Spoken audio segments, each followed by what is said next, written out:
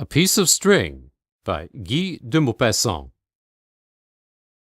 All along the road around Goderville, the peasants and their wives were coming toward the village because it was market day. The men were proceeding with slow steps, the whole body bent forward at each movement of their long, twisted legs, deformed by their hard work, by the weight on which the plough, which, at the same time, raised the left shoulder and swerved the figure, by the reaping of the wheat, which made the knees spread to make a firm purchase, by all the slow and painful labors of the country. Their shirts, blue stiff-starched, shining as if varnished, ornamented with a little design in white at the neck and wrists, puffed about their bony bodies, seemed like balloons ready to carry them off. From each of them a head, 2 arms, and 2 feet protruded. Some led a cow or a calf by a cord, and their wives, walking behind the animal, whipped its haunches with a leafy branch to hasten its progress. They carried large baskets on their arms, from which, in some cases, chickens, and in others, ducks, thrust out their heads. And they walked with a quicker, livelier step than their husbands. Their spare, straight figures were wrapped in a scanty little shawl pinned over their flat bosoms, and their heads were enveloped in a white cloth glued to the hair and surmounted by a cap. Then a wagon passed at the jerky trot of a nag, shaking strangely, 2 men seated side by side, and a woman in the bottom of the vehicle, the latter holding on to the sides to lessen the hard jolts.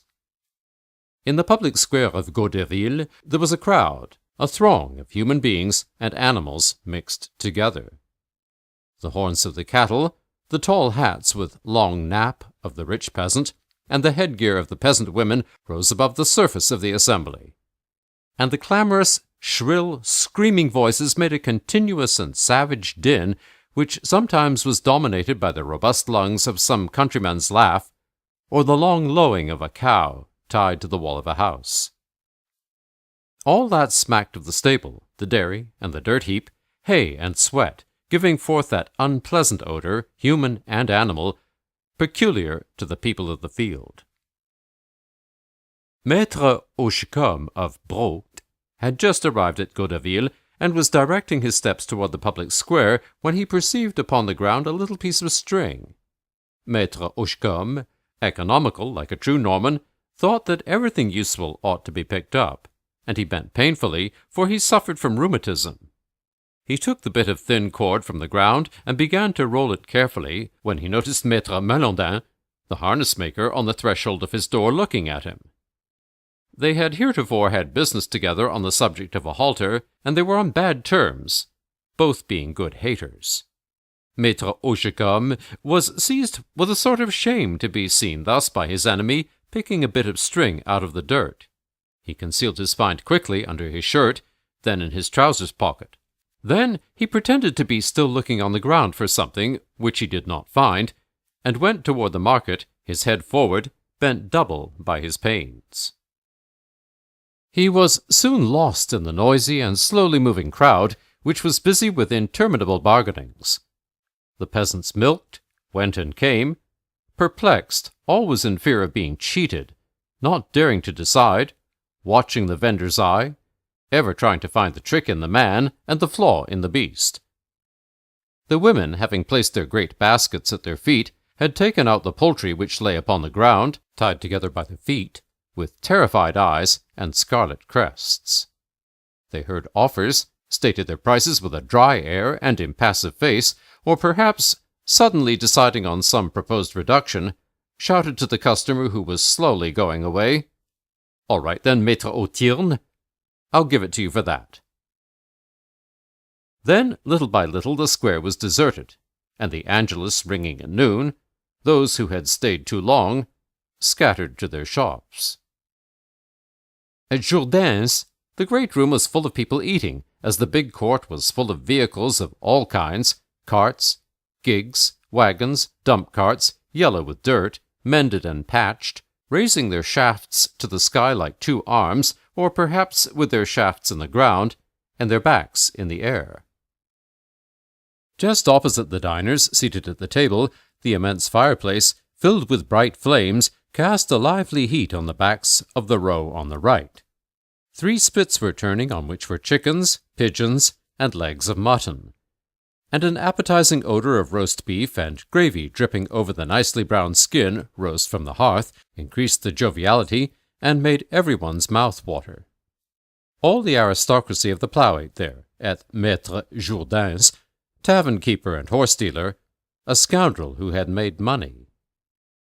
The dishes were passed and emptied, as were the jugs of yellow cider. Everyone told his affairs, his purchases and sales. They discussed the crops. The weather was favorable for the green things, but not for the wheat. Suddenly, the drum beat in the court before the house. Everybody rose except a few indifferent persons and ran to the door or to the windows, their mouths still full and their napkins in their hands. After the public crier had ceased his drum beating, he called out in a jerky voice, speaking his phrases irregularly, "It is hereby made known to the inhabitants of Goderville, and in general to all persons present at the market, that there was lost this morning on the road to Bansville, between 9 and 10 o'clock, a black leather pocket-book containing 500 francs and some business papers. The finder is requested to return same with all haste to the mayor's office or the Maître Fortune Ulbrec of Manneville. There will be 20 francs reward." Then the man went away. The heavy roll of the drum and the crier's voice were again heard at a distance. Then they began to talk of this event, discussing the chances that Maître Ulbrec had of finding or not finding his pocket-book. And the meal concluded. They were finishing their coffee when a chief of the gendarmes appeared upon the threshold. He inquired, "Is Maître Oshcombe of Brot here?" Maître Oshcombe, seated at the other end of the table, replied, "Here I am." And the officer resumed, "Maître Oshcombe, will you have the goodness to accompany me to the mayor's office? The mayor would like to talk to you." The peasant, surprised and disturbed, swallowed at a draught his tiny glass of brandy, rose, and even more bent than in the morning, for the first steps after each rest were especially difficult, set out repeating, "Here I am. Here I am." The mayor was awaiting him, seated in an armchair. He was the notary of the vicinity, a stout, serious man, with pompous phrases. "Maître Oshcombe," he said, "you were seen this morning to pick up, on the road to Bansville, the pocket-book lost by Maître Ulbrec of Manneville." The countryman, astounded, looked at the mayor, already terrified by this suspicion resting on him, without his knowing why. "Me? Me? Pick up the pocket-book?" "Yes, you yourself. Word of honor, I never heard of it." "But you were seen." "I was seen? Me? Who says me?" "Monsieur Malandin, the harness-maker." The old man remembered, understood, and flushed with anger.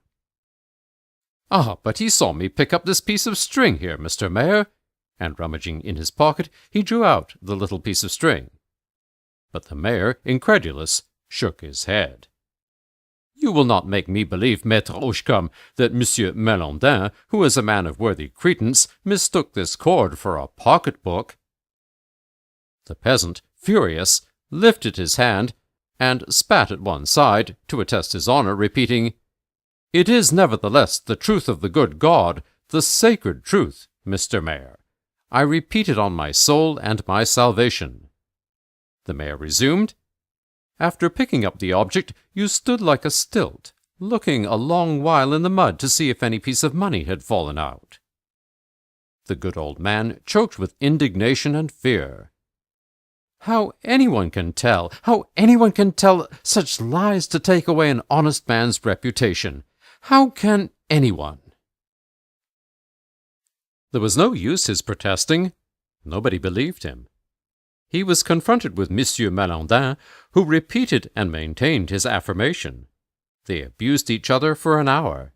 At his own request, Maître Hochecombe was searched. Nothing was found on him. Finally, the mayor, very much perplexed, discharged him with the warning that he would consult the public prosecutor and ask for further orders. The news had spread. As he left the mayor's office, the old man was surrounded and questioned with a serious or bantering curiosity in which there was no indignation. He began to tell the story of the string. No one believed him. They laughed at him. He went along, stopping his friends, beginning endlessly his statements and his protestations, showing his pockets turned inside out to prove that he had nothing. They said, "Old scoundrel, get out!" And he grew angry, becoming exasperated, hot and distressed at not being believed, not knowing what to do, and always repeating himself. Night came. He must depart. He started on his way with 3 neighbors to whom he pointed out the place where he had picked up the bit of string, and all along the road he spoke of his adventure. In the evening he took a turn in the village of Boat in order to tell it to everybody. He only met with incredulity. It made him ill that night. The next day, about 1 o'clock in the afternoon, Marius Baumel, a hired man in the employ of Maître Breton, a husbandman at Imonville, returned the pocket-book and its contents to Maître Ulbrech of Manneville. This man claimed to have found the object in the road, but, not knowing how to read, he had carried it to the house and given it to his employer. The news spread throughout the neighborhood. Maître Hochecombe was informed of it. He immediately went the circuit and began to recount his story, completed by the happy climax. He was in triumph. What grieved me so much was not the thing itself as the lying. There is nothing so shameful as to be placed under a cloud on account of a lie. He talked of his adventure all day long. He told it on the highway to people who were passing by, in the wine shop to people who were drinking there, and to persons coming out of church the following Sunday. He stopped strangers to tell him about it. He was calm now, and yet something disturbed him without his knowing exactly what it was. They did not seem convinced. He seemed to feel that remarks were being made behind his back.